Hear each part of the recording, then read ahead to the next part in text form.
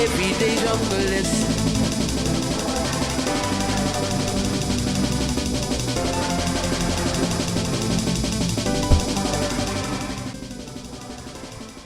Yes, it's Massive Crew back once again with another video, and today I'm going to show you the Emu E4x Emulator. Now, I don't think it's a sampler as such. I used to have the emulator E460 Ultra, sorry, Emu Ultra, E6400 Ultra, Emu E64 Ultra back in the day. And I used to use that predominantly for smashing down all the Joker jump up stuff. It's got tons of filters on it as far as I remember. Quite a unique sound, quite snappy, slightly different to the Akai. And it's a bit more updated with the operating system. Is it a better sampler? Do I prefer an Emu over Akai? Nah, I'd say just another tool in the box. Great sampler, lovely. Definitely recommend having that for the collection. I've got a ton of libraries and stuff. I managed to get hold of the E4x Emulator quite cheap from the Heart and Lung Foundation, so I decided to buy it. It was sitting there lonely, as you know, in past videos showed it to you. Yeah, so I bought it. It's got you know, tons of features. Everything's a little bit more updated than the Akai, as I said, and it takes WAV files. And another beautiful thing as well is it through SCSI it's cross-platformable, so I was able to read an old Akai disc. But one issue I've had so far, comment down below if any of you Gizmo geeks, Gizmo people can tell me what's happening, is when I load Akai programs in there, after about 3 programs running, say if I've got a break, a sample, and then I add something in, it tends to do some sort of weird mute group type scenario where the samples on the break start muting, and it sort of mutes it out as you trigger. So I don't know how to fix that so far. I'm going to look into it, have a little bit more fun with it and experiment. It takes hard drives. It was able to see my SCSI to SD. Not sure if it takes an HXC emulator. I'm going to experiment with that. But anyway, guys, without further ado, let me give you guys a quick little demo.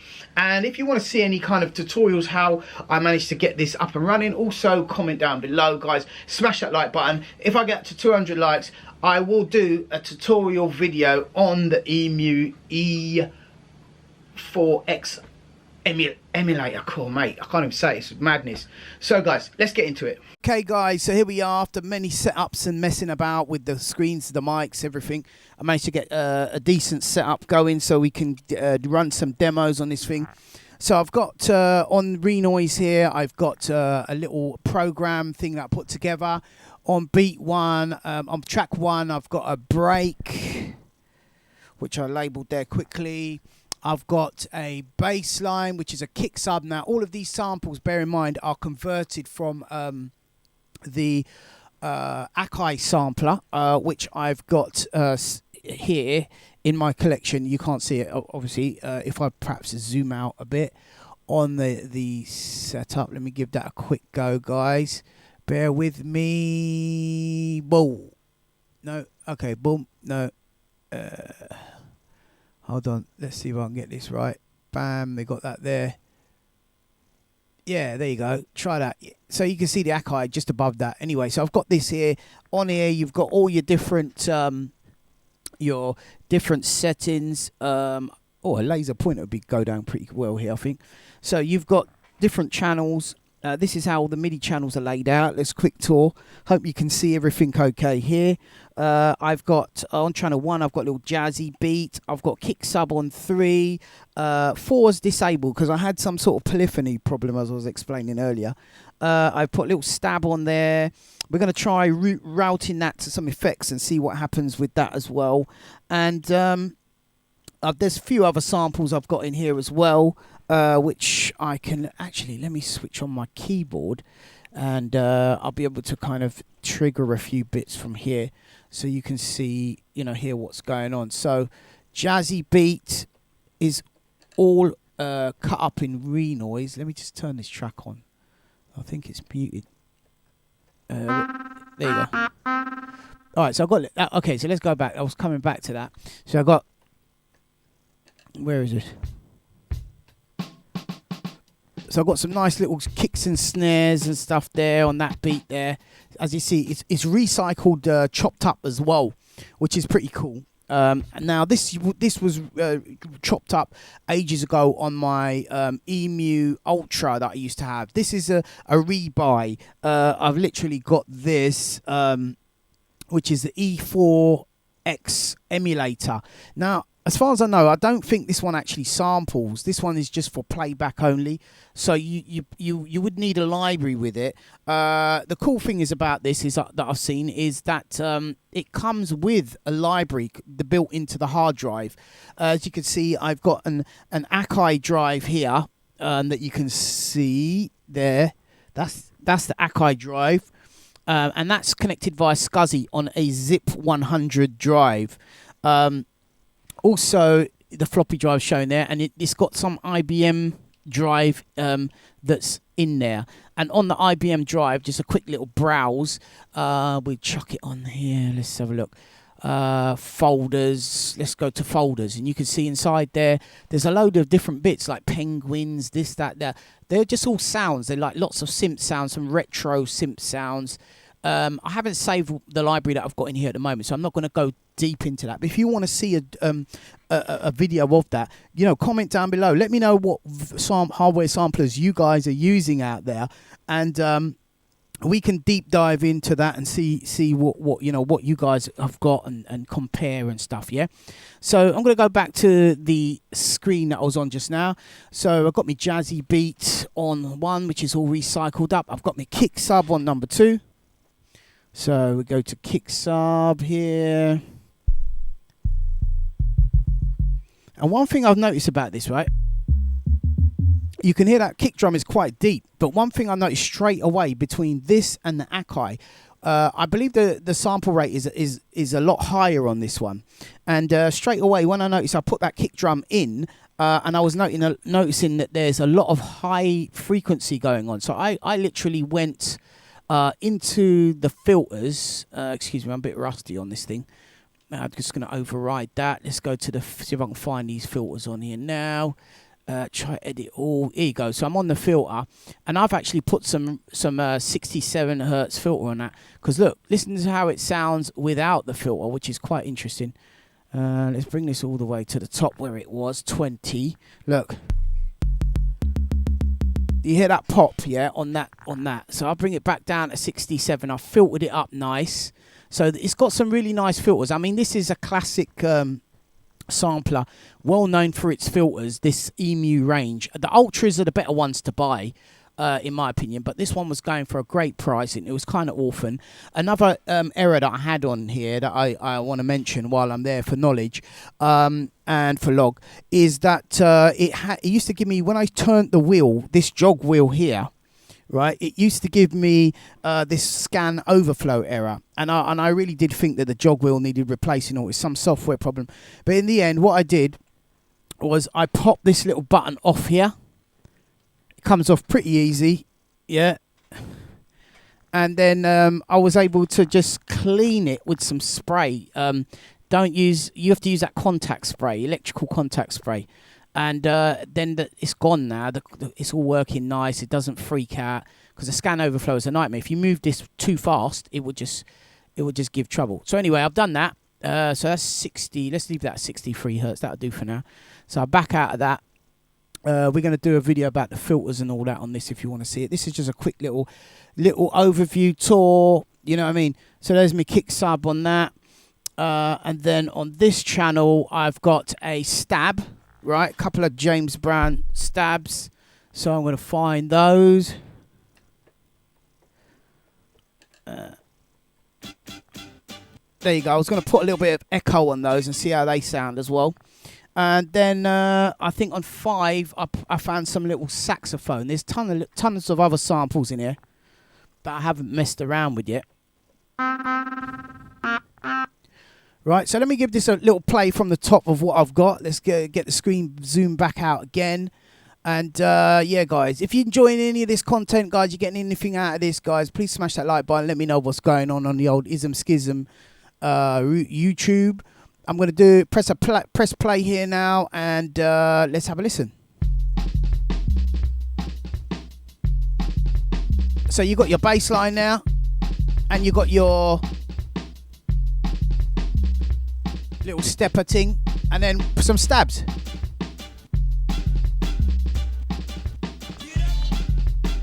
Nice little skanking thing.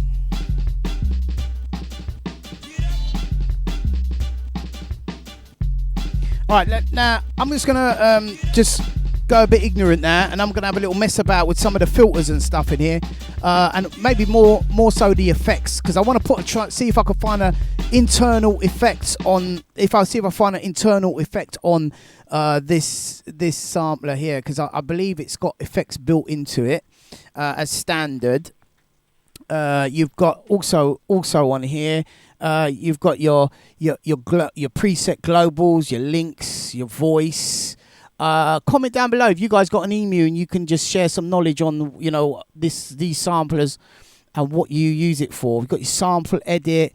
You've got your utils, erase, copy, dump, defrag. I guess that defrag would be for the hard drive. Also, you've got your edit tools, your tools 1, loop type, digitune, sample rate conversion, calculator.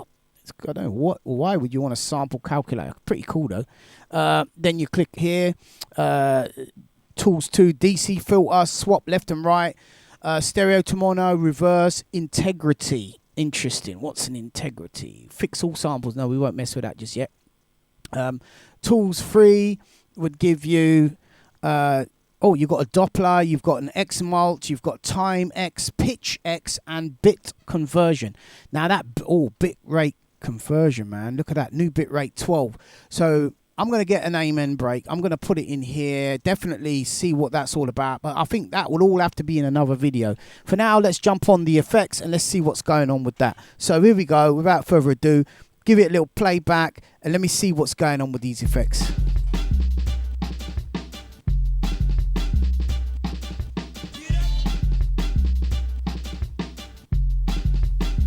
So I'm going to put this on a different voice sub here.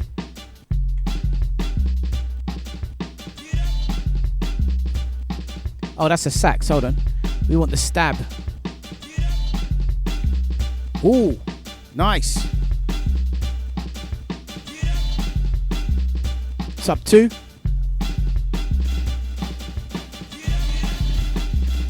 So you got echo and everything on there as well. Wow. All right, so we got echo, right? Let me get onto that stab real quick.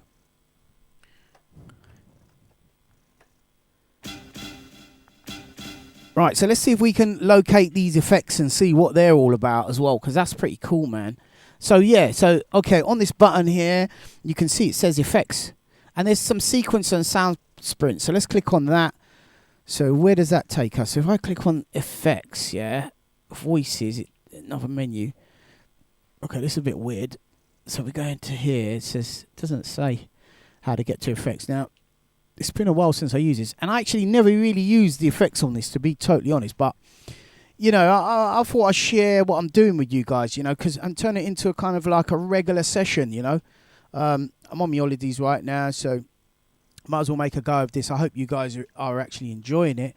Multi-mode, sound, sprints, signable. Oh, these are signable keys, are they? I'm not quite sure what's going on here. All right, so let me go to the effects now. Let's go to global. Let's see if we can find the effects and also the filters. Okay, preset effect A. There's nothing assigned to that. And then preset B, nothing assigned to that. So if we go edit all, filter envelope. No, because there's clearly a effects on here somewhere. So it's got to be somewhere. So buses, is it something to do with the master? Effects, right, what we got here? Effects A, there we go. All right, so effects A is room. There you go, wicked. And then we got, effects, go back one, delay stereo. So that's the delay stereo we got there. Right, nice. So let's see if we could change the delay time. So obviously the delay time to the BPM. So what I would suggest to do to get this right, because obviously this thing here probably has, I don't even know if it's got some MIDI tap thing. Actually no, there's an effects set up next. So let's have a look quickly. No, let's go back to it. What's this setup thing? Effects engine enabled, multi-mode effects controlled, preset on MIDI channel 16. Oh, so you can control the presets on MIDI channel 16. So it means that if you send a program change on channel 16, it means that you'll be able to change the different effects on here, like as though you were flicking through up here. Now your effects choices: delay stereo 2, panning. Let's have a look at it. I'm just going to solo this without the beat, so don't drive us nuts. And this is just a quick little beat I put together, obviously. Oh, panning, nice.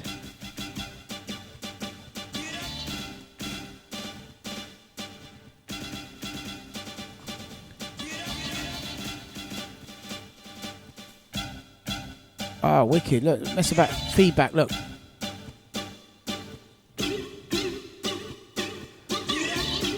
That's nuts, man.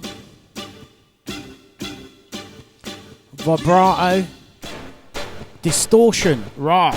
That could come in handy. Oh, mate, we've got to get a beat up in here, man. Double distortion, double. All right, so that's it. So you got quite a few effects. Let's go.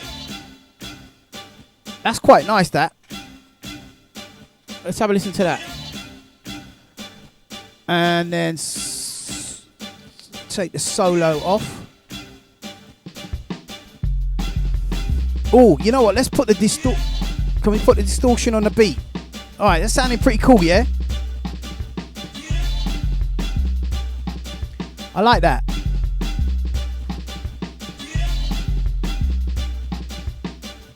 Yeah, sounding pretty good, eh? Oh, look, see Tasha's in the background there. She says, yeah, it sounds good, yeah? All right. All right, so we've done that. Put that down quickly. Right, don't keep that playing. It's driving me mad. Right, okay. So let's see what else we got here. So you go to another channel now. Let's go to here, number 5. We got that saxophone sound on number 5. I'm gonna start labeling this stuff off actually.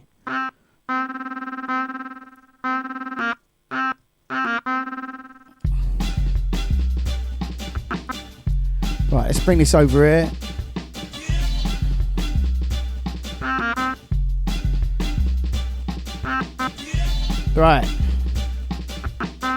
Right, so what you've just witnessed there firsthand is this kind of mute thing. If I import a program from an Akai sampler, when I go to play, it does some sort of weird mute group thing like that. And the only way so far I've been able to get rid of it is to actually recreate the whole program from scratch. So that's long. I don't know why it does that. So I'm going to skip that for now and add in more stuff because these are all Akai programs. So what I'm going to do, let's go back to the beat and then let's mess about with that distortion and stuff on that and just see what comes of it. Yeah, see what it sounds like. So let me go back into the sampler here. I've got to say this mic's pretty decent, man.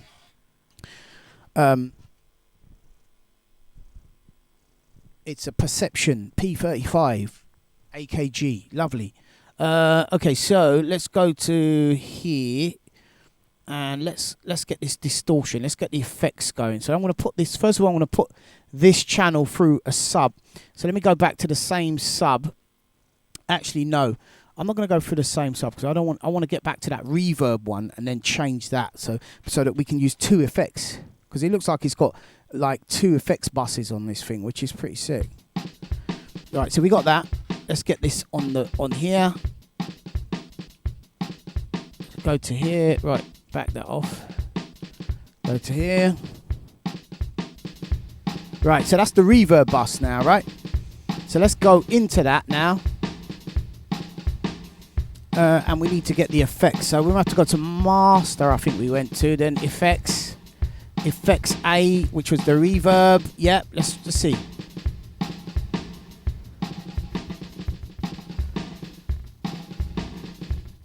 I want to see about that distortion. It looks like these are all reverbs. Nice though. Yeah, these are all reverbs and delays. Alright, so we kind of got the buses swapped round. So not to worry, let's just go back to here again. It's quite warm though. Let's get this. Oh, that's punchy, man. What is that? Damn. Effects. Oh, we got a phone call coming in.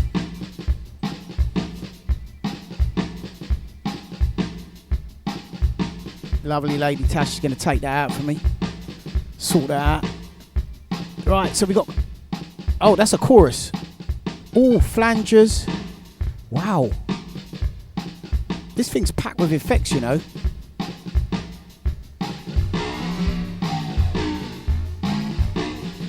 Damn. That's pretty dope, man.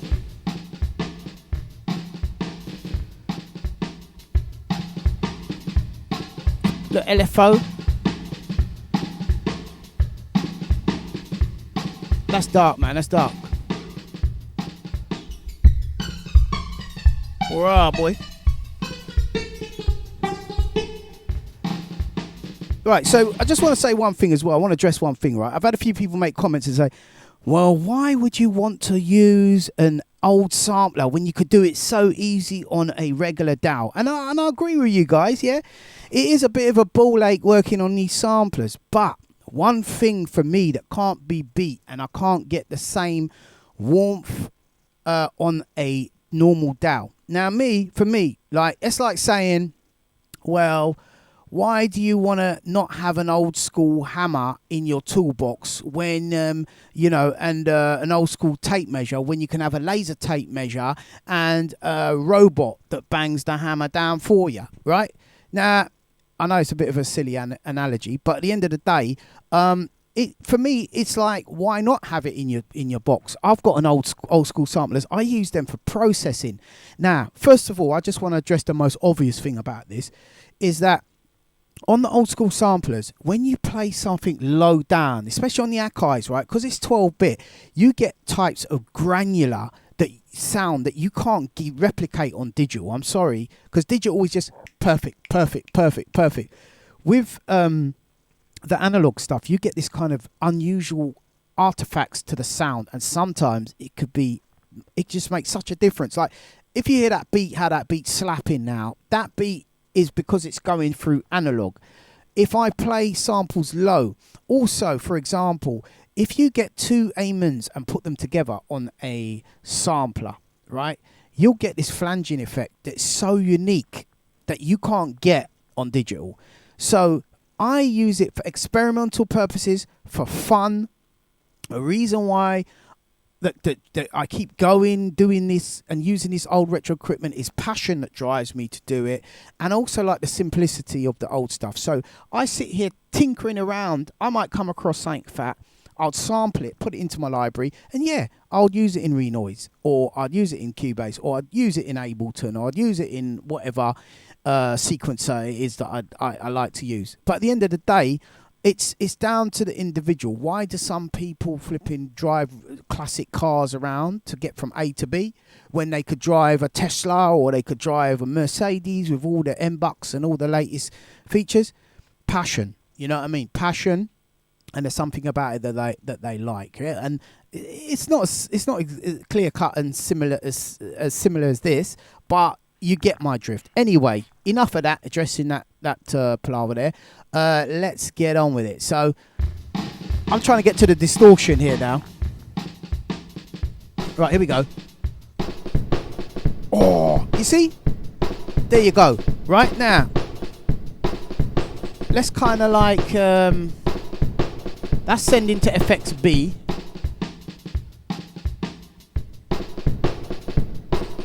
Now, what kind of beat is that? Right, let's see what we got on this now. Hold on. Let me see what we can do here, man, because I'm trying to do this live. It's not easy.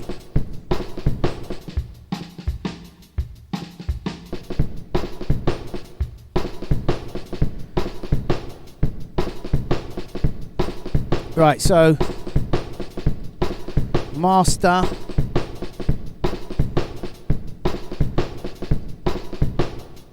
Effects. Right, effects B is distortion. Let's go back up. Effects A I don't want nothing on that one, right? Turn down all these extra subs. Yeah, there you go. Bam. Right, so let's go back to effects A with this. No, effects. It still sounds a bit roomy though, admittedly. Yeah, there you go. Ooh.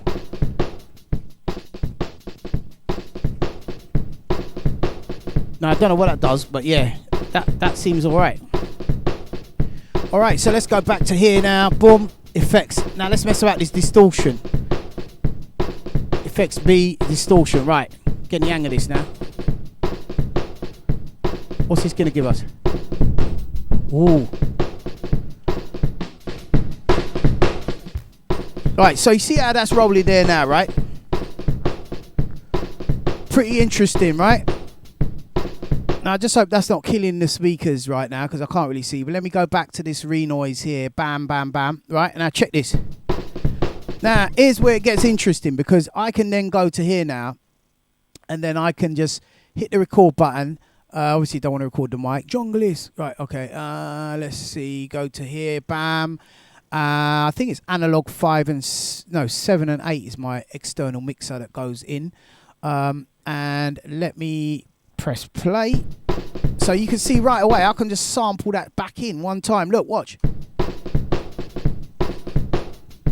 Right, bam. Right, and now look at the flipping wav on that. That's a mad looking wav. But look, I've now got a break.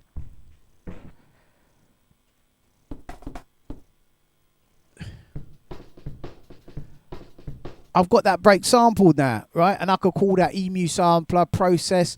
And this is just like a basic example of the sort of stuff you can do, right? And then you just get that in there. Look, I've got that saved up. I've got my library of instruments. I've got breaks. Look, you know, I've got that all pre-saved stuff I've processed, messed about with, breaks. Why not have a session, like, you know? And I call that, look, Emu disto break. There you go. Disto break. There you go. That's mine. It's a unique Emu disto break. You tell me one place in your sampler where you've got an Emu disto break, in your library where you got Emu disto break. It's all about having unique sounds, guys. You want sounds that people don't have, you know what I mean, as well as other sounds, you know what I mean. So you can process, mess about, have something unique, have something exclusive, and let's see what that all sounds like when it's all play. You know, it's a bit mad, but I did honestly. I did prefer the other break, but you could use this still. Watch.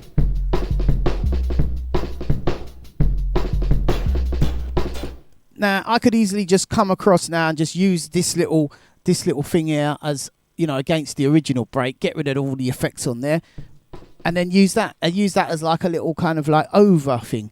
Anyway, you know, like a filler or something like that. But let's go to here and press audition again. Let's hear a couple more bits. Let's see what else we've got. We've got breaks here, guys. Okay, we're kind of running out of time on this video, guys. It's just a little quick little vibes. Oh, hard break. What's that?